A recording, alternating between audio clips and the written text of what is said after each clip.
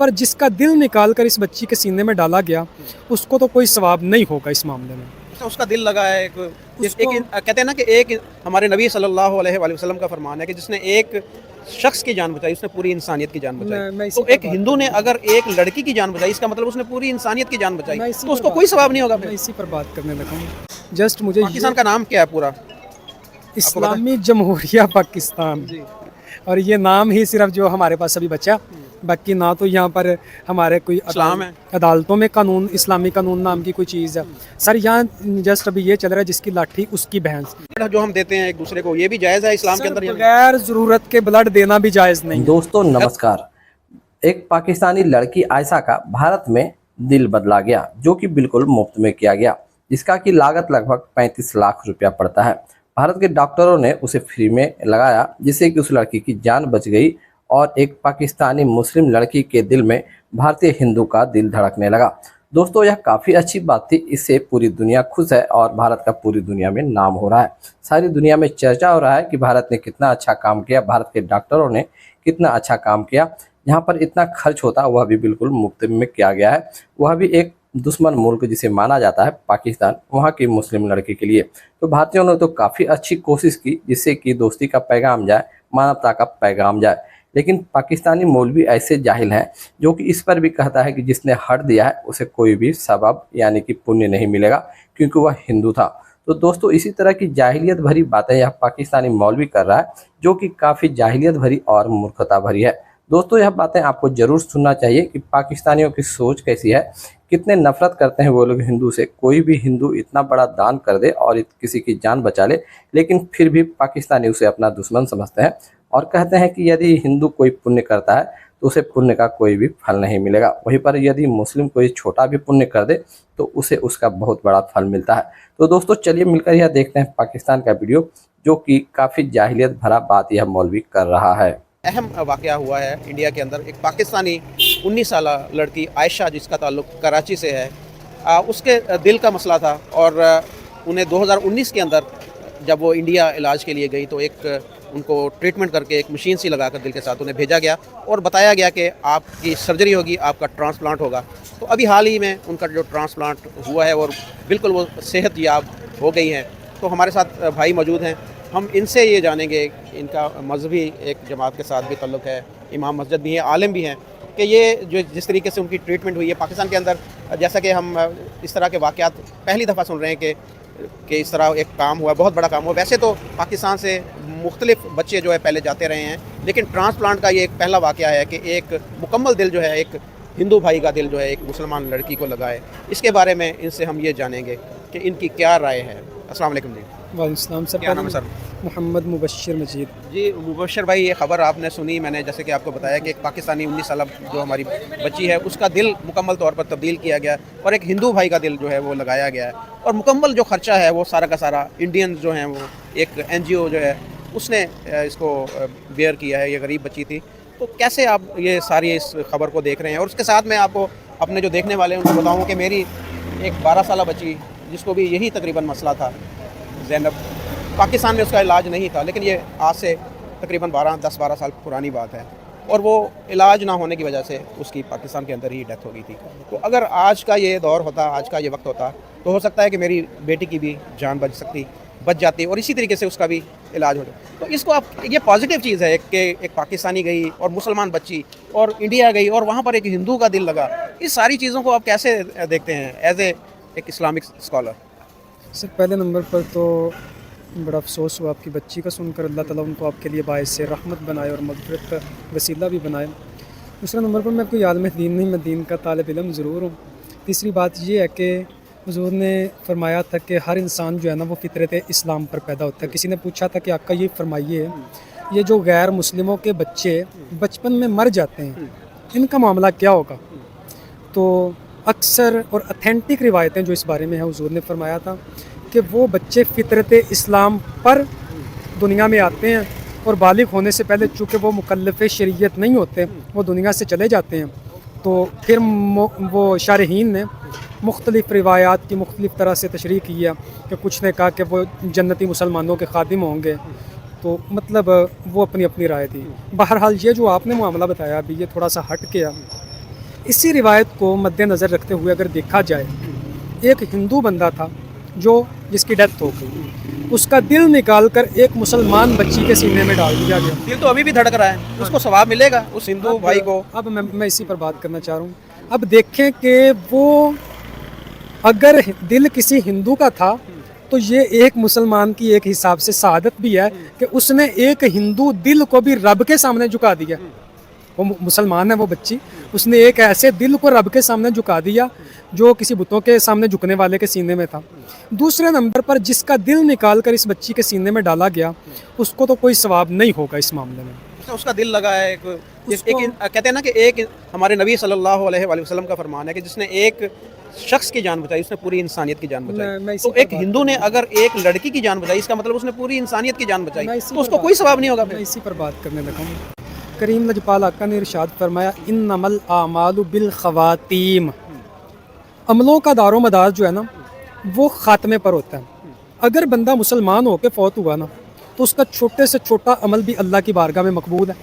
अगर वो मुसलमान होकर दुनिया से नहीं मरा, उसका बड़े से बड़ा अमल भी जो है ना उसका आखिरत में कोई अजर सवाब नहीं है। हाँ, फरमाया कि जो गैर मुस्लिम दुनिया में रहकर भलाई के काम कर जाते हैं, अल्लाह नेमतों की ज़्यादती की सूरत में उनको यहीं पर अजर सवाब अता फरमा देते हैं। एक सहाबी हाजिर हुए, हुजूर हमारे अब्बा जान वो मुसलमान नहीं हुए थे, वो फौत हो गए, तो हम दो भाई हैं, दोनों मुसलमान हैं माशाल्लाह। तो अब्बा जान ने वसीयत की थी कि मेरे मर जाने के बाद 100 गुलाम जो है ना मेरी तरफ से तुम दोनों भाइयों ने आज़ाद करना। एक भाई ने 50 गुलाम आज़ाद कर दिए कि अब्बा जान की वसीयत पूरी हो जाए। दूसरे ने कहा कि नहीं, मैं हुजूर आपसे मशवरा किए बगैर ये काम नहीं करूँगा, तो मैं आपके पास आ गया। अब आप मुझे बताएं कि मुझे वसीयत पूरी करनी चाहिए कि नहीं। हालांकि मरने वाले की वसीयत को इस्लाम के अंदर पूरा करना वाजिब है, उसका तरका तकसीम करने से पहले उसकी वसीयत पर अमल किया जाएगा, 3/3 माल में से वसीयत पूरी की जाएगी। हुजूर मुस्कुरा के फरमाने लगे कि अगर तेरा बाप मुसलमान होकर मरता ना तो उसके लिए कुछ छोटी चीज़ भी सदका करता तो उसको उसका फ़ायदा होता।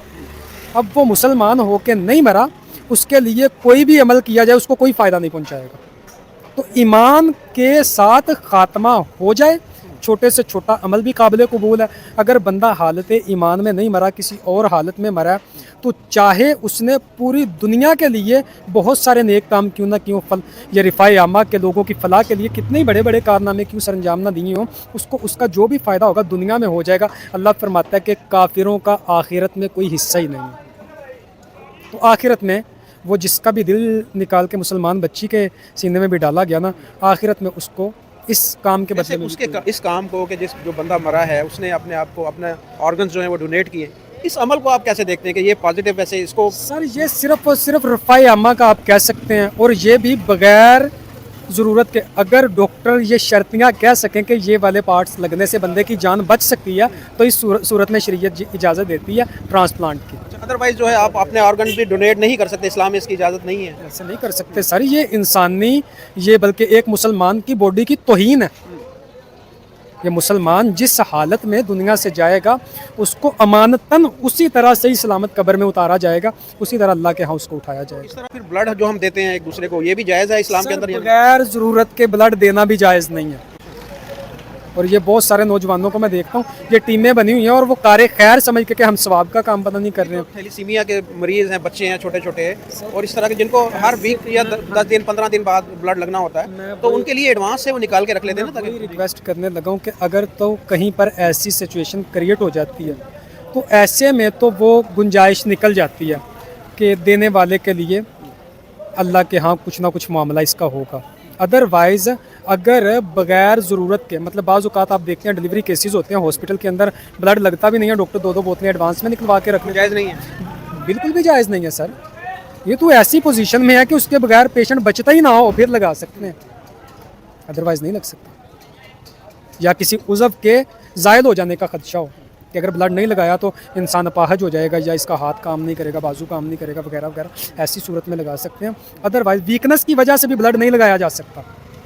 यहाँ पर तो कोई भी पेशेंट बीमार होता है और डॉक्टर कहते हैं इसको इसका एचबी कम है, तो जी इसको फ़ौरन आप इसके लिए ब्लड का इंतजाम करें। शरई तौर पर इसकी कोई हैसियत नहीं है, कोई इजाज़त नहीं है कि बंदा बीमार है, उसका एचबी कम है, डॉक्टर वहाँ पर लिखता है कि जी इसको इतनी जो ब्लड की बोतल लगनी चाहिए। वो ये बात मैं पहले कर चुका हूँ स्टार्ट में कि अगर वो लगाए बगैर कमजोरी की वजह से नहीं लग सकती, कमजोरी होती जैसे एचपी कम है जी वो लगा दें। अगर तो ऐसे ना कि वो बंदा किसी बीमारी में मुब्तला है, मजीद वो कमज़ोरी की तरफ जा रहा है मुसलसल, तो डॉक्टर कहता है कि ब्लड के बगैर रिकवरी नामुमकिन है, ऐसी सूरत में लग सकता है। एक बंदा वैसे ही वीक है तो वो डॉक्टर कहे जी ब्लड लगवाओ, ऐसे तो नहीं जाएज़।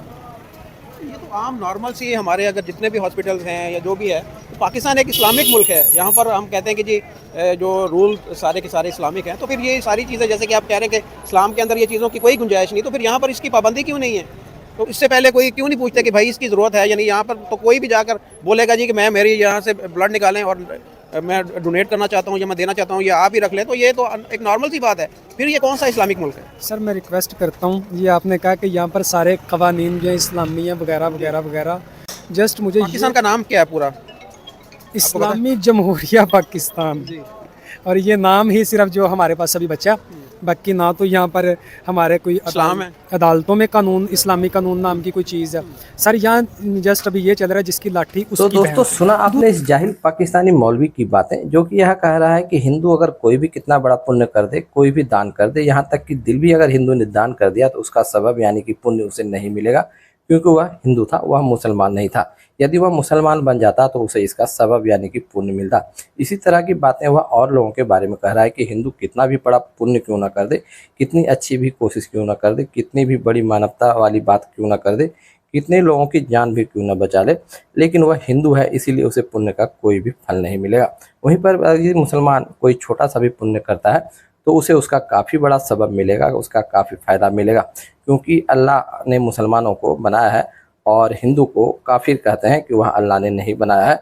काफिर मूर्ति पूजा करती हैं, इसीलिए काफिर अच्छे नहीं है, उसे कभी भी पुण्य का फल नहीं मिल सकता है। चाहे कितनी अच्छी कोशिश कर ले काफिर यानी कि हिंदू, कितनी भी भलाई कर दे, कितनी भी मानवता वाली बात कर दे, उसे कोई भी पुण्य नहीं मिलना है, क्योंकि वह मूर्ति पूजक है, मूर्ति का पूजा करता है। तो इस तरह की जाहिलियत भरी बातें यह मौलवी कर रहा है, जो कि सारे लोगों को जरूर सुनना चाहिए। दोस्तों इससे साफ पता चलता है कि पाकिस्तानी जाहिल कितने होते हैं। यहाँ तक कि यह मौलवी है जो कि धार्मिक बातों का ज्ञाता होना चाहिए, इसे धार्मिक बातें पता होना चाहिए, यह ही ऐसी जाहिलियत भरी बातें कर रहा है। तो जनरल लोग, साधारण लोग क्या सोच सकते हैं आप समझ सकते हैं। जबकि हमारे देश में जो भी धार्मिक लोग होते हैं वह अच्छी बात करते हैं, धर्म कर्म की बात करते हैं, लेकिन पाकिस्तान का एक मौलवी जो कि धार्मिक आदमी है वह जाहिलियत भरा और द्वेष भरा बात कर रहा है, हिंदुओं से नफरत भरी बातें कर रहा है। तो दोस्तों इस पर आपकी क्या राय है, आप क्या कहना चाहते हैं ऐसे मौलवियों को कमेंट में जरूर बताएं। और यदि आप चाहते हैं कि ऐसे जाहिल मौलवी की बातें पूरी दुनिया जान सके कि जाहिल मौलवी हिंदुओं से कितनी नफरत करता है, तो वीडियो को शेयर कर दूसरे लोगों तक भी पहुंचाए, ताकि बाकी लोग जान सके कि पाकिस्तानी मौलवी कैसे जाहिल होते हैं। तो दोस्तों वीडियो कैसा लगा कमेंट में जरूर बताइए, और वीडियो अच्छा लगा हो तो वीडियो को लाइक करें। मिलते हैं अगले वीडियो में, तब तक के लिए वंदे मातरम, जय हिंद।